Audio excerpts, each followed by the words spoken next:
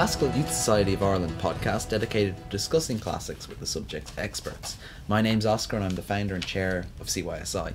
Today's topic is the 5th century BC Greek temple in the southwest Peloponnese, known for its magnificent frieze, which now resides in the British Museum alongside the Elgin Marbles. Here to discuss the Temple of Bassai is Dr. Suzanne O Neil, Research Associate and College Lecturer in Trinity College Dublin. She is currently writing a book entitled Ictinus, Temple at Bassai, Its Reception in Modern Times. Dr. O'Neill, thank you very much for joining me today. Oh, no problem. So I suppose getting right into it, what makes this temple so special in contrast to other temples built at the time? Well, the temple really is very, very important, particularly in the history of art and architecture. This is because it's the first temple to contain all three orders of columns, if you like. It's a Doric peripteral temple, so the columns on the outside are Doric. It's also on the interior of the Keller contains a series of Ionic columns, indeed 5 pairs of highly unusual Ionic columns. But the absolute clincher that makes this temple so important in the history of art and architecture is the presence of the first ever Corinthian capital. First one known in history.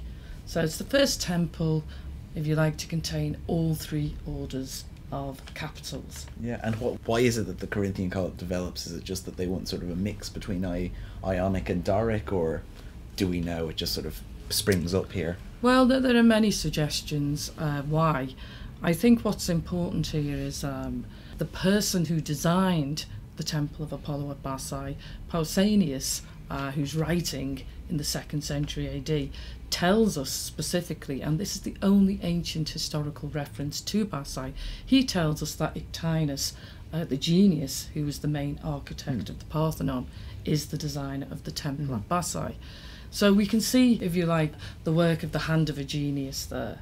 You've got the 3 orders of columns, many other firsts as well.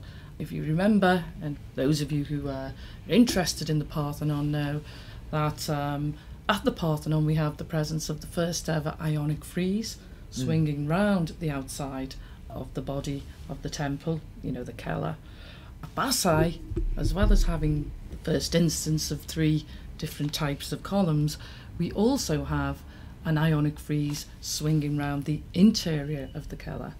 So lots of firsts, which make it very, very important in the history of art and architecture. Now, obviously, it's a 5th century BC temple. Late 5th century. Late 5th century BC, which means that it has to be built in honour of a deity. Which deity is Bassai built in honour of? Well, it's the god Apollo. But we have evidence at Bassai for 4 different types of Apollo, if you like. We have to remember Greek gods are polyvalent, so they never have just one field of power or area of influence, if you like. We have lots of local deities and what have you. So at Bassai we have Apollo Epicurus, the helper, and Pausanias tells us about this.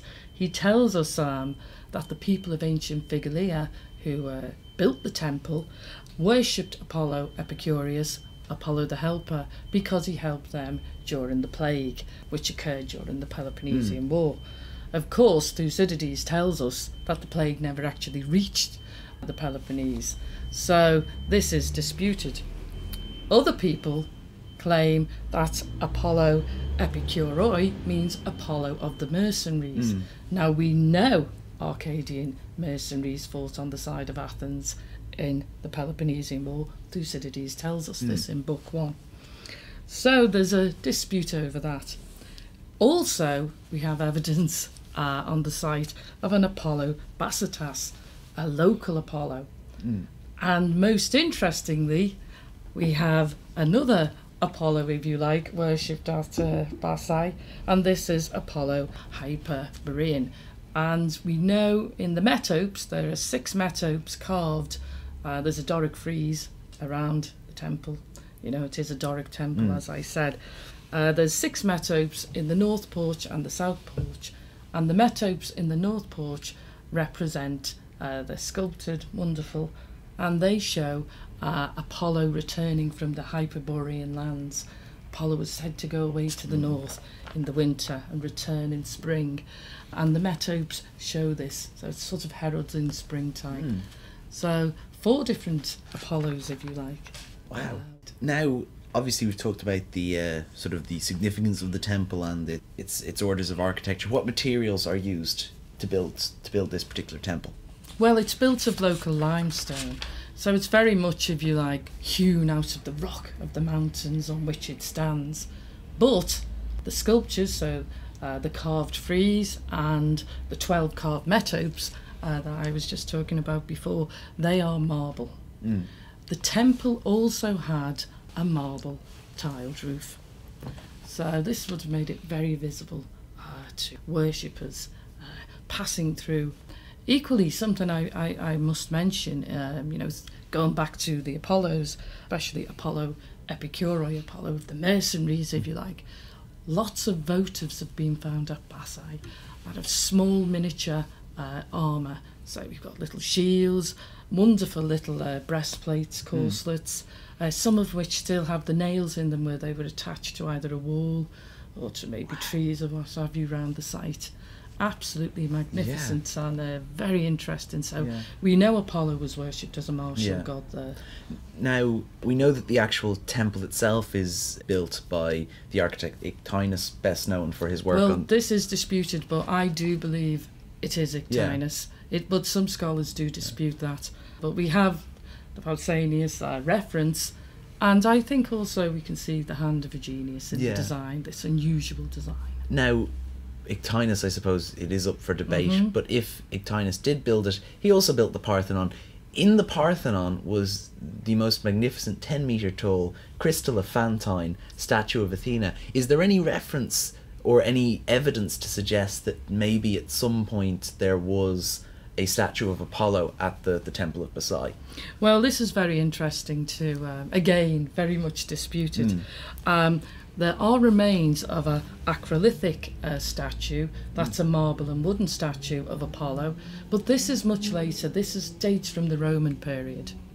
Other people have postulated, you see, the temple, as I said, it's a Doric peripteral temple, but it's elongated. You have to remember the classical temple is the 3rd temple on the site, and it's very unusual. Most Greek temples are oriented east-west. Bassai is orientated north-south. And is there any evidence to suggest why they? Well, there are 2 previous temples that we know we found the remains of built on the site. So this is about religious conservatism. So when Ictinus comes and builds the temple, he has to keep it orientated the way the 2 previous temples were. Now, this is the interesting thing. When you go into the Keller at Bassai, you have 5 pairs of engaged Ionic columns down either side. Then standing on the central axis of the Keller, you have a column with this first ever Corinthian Capital. Behind that is a sacred space called an Adaiton, or a Holy of Holies. Now, some people think the single column carrying the first ever Corinthian Capital is what we call an anionic image of Apollo. So an abstract sort of image of Apollo, if you like. So that column could have been worshipped. Some people do argue that. I don't think so. When you get into the Adaiton, the Holy of Holies, which is separated from the main Keller, like I say, by this single column with the first ever Corinthian Capital on, it's very interesting. In this small space, there's an east-facing door. And this east-facing door allows the rays of the rising sun in the morning to shine into the temple. In almost sort of a Newgrange fashion, this idea of... Absolutely, yes. Yeah, wow. So people are thinking, if there was a statue, it would have probably been facing that door. Now, again, this is very much disputed. People have said, that there's a slight dip on that wall facing the door where a statue could have been placed. What's really interesting about the door is not only does it align with the rising sun, it also aligns with the sanctuary of Zeus on Mount Lycaon. Wow. Mount Lycaon, Wolf Mountain, if you like. So, Apollo is the son of Zeus. He's probably the greatest god in the pantheon, aside from Zeus, the one who could have challenged Zeus. But if you read the Homeric hymn to Apollo, you see he decides not to do that. Yeah. He says he will always, honour his father, and he won't challenge him. So it's interesting how I think this north-south alignment, which is so interesting, is about religious conservatism. Yeah. But most importantly, I think it's a site-specific response to the sacred landscape. Which is quite amazing in itself. Now, you said the temple's built in the late 5th century BC. Yes. Do we know from its initial building how long it is in use for before it sort of falls into disarray, before its rediscovery?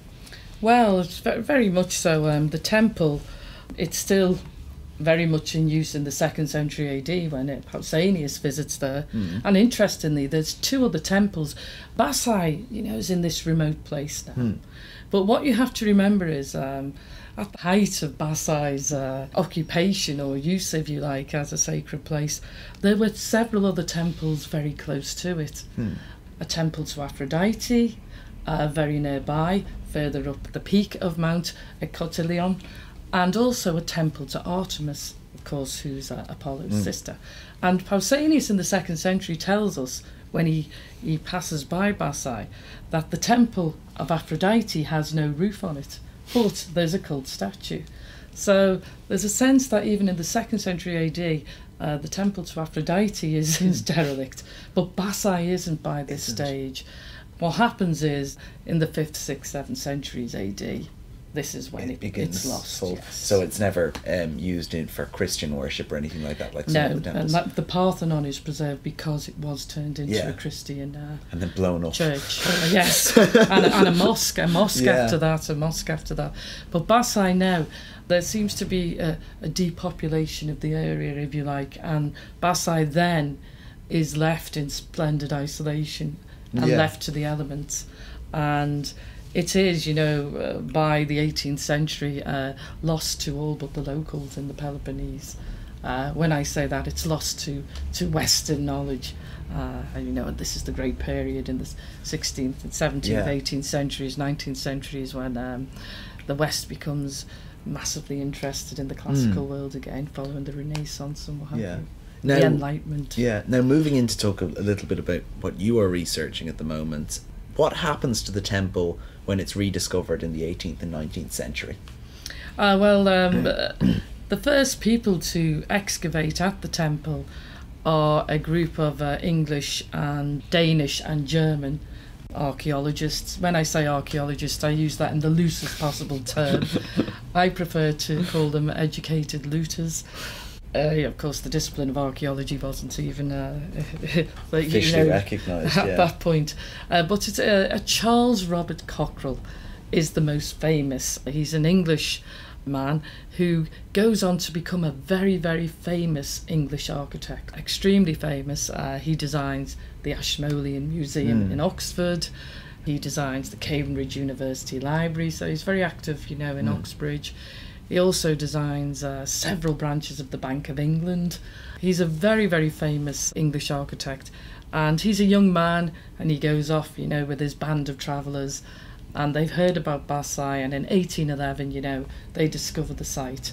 And they go back the following year in 1812 to remove the frieze. The frieze has fallen and is buried and, sort of under undergrowth and what have you. And what does this frieze depict?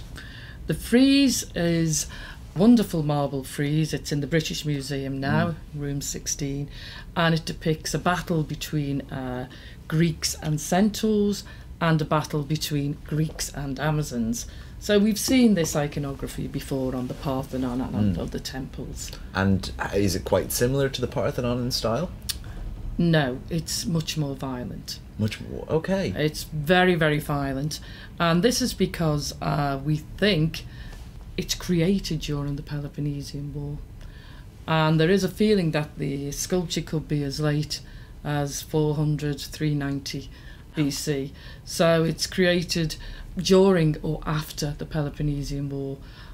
And it really is an extremely violent action-packed, disturbing frieze to look at. It's quite wonderful, actually. I find it, fabulous.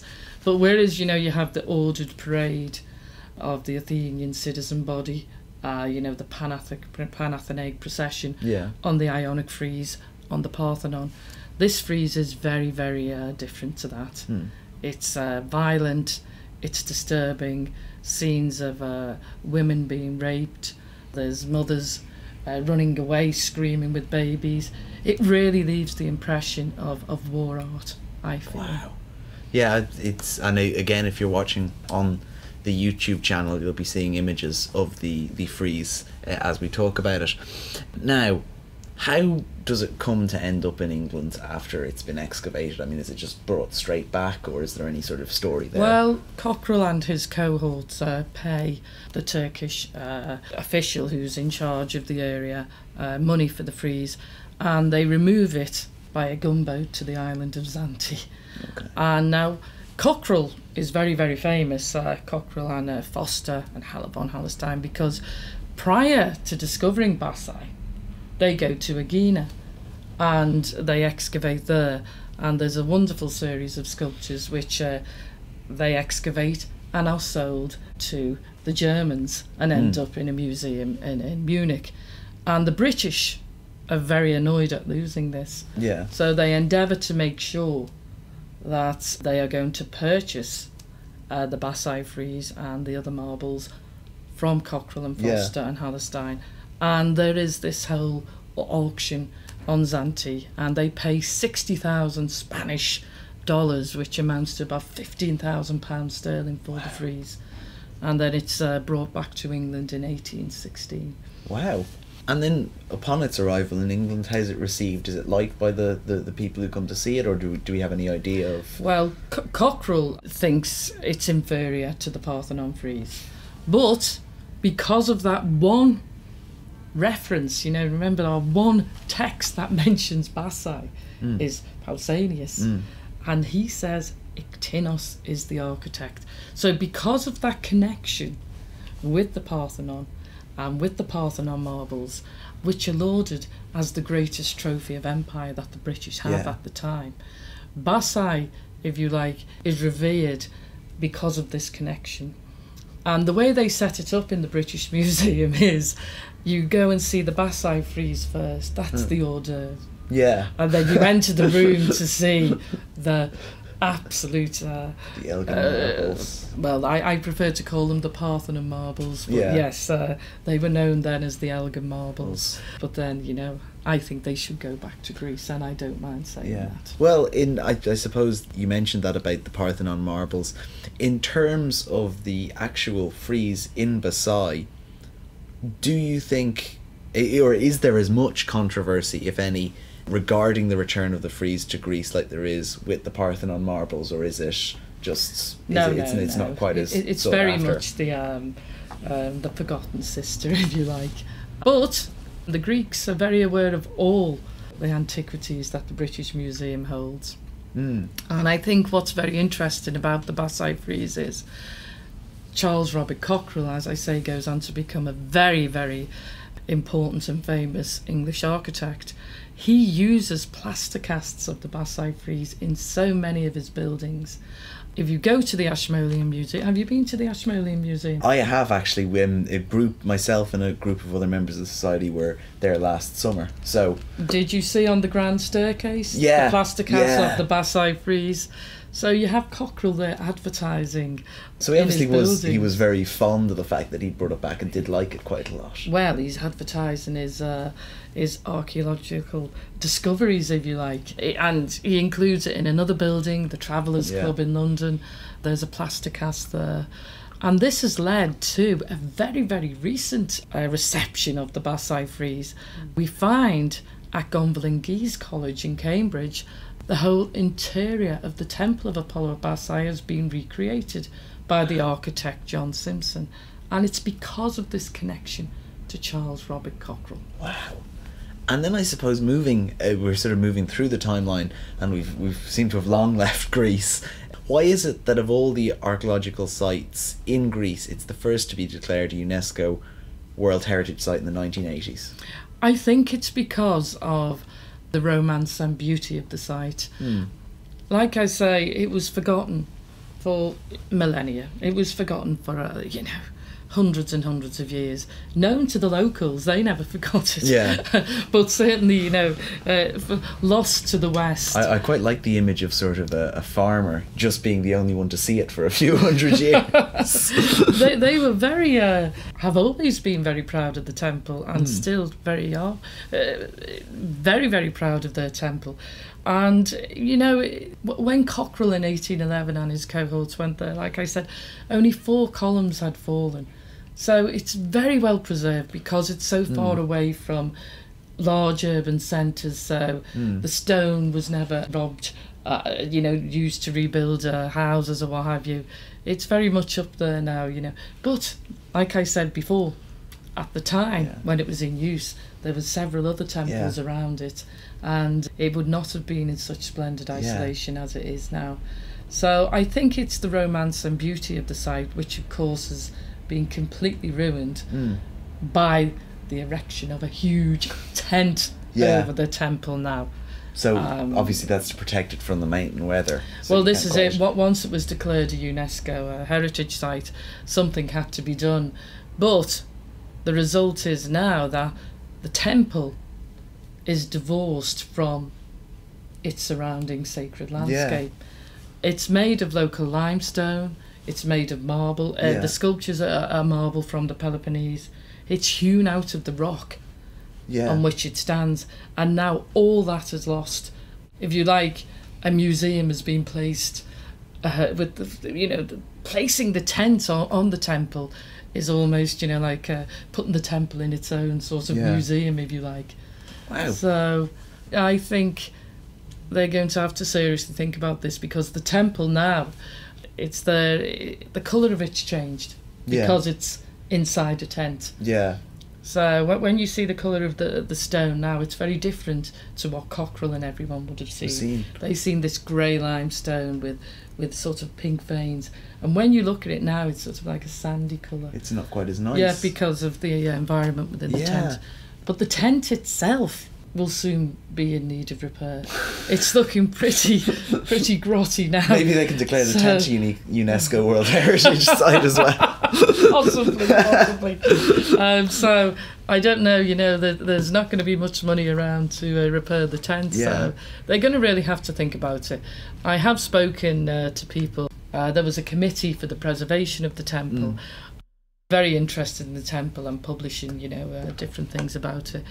And they are thinking deeply about what to do, whether to maybe just have, of course there's no money, so all this is hypothetical, maybe, just have a roof and have the sides open to the elements, and there's different things going on, but like I say, that's all hypothetical because there's no money at the moment.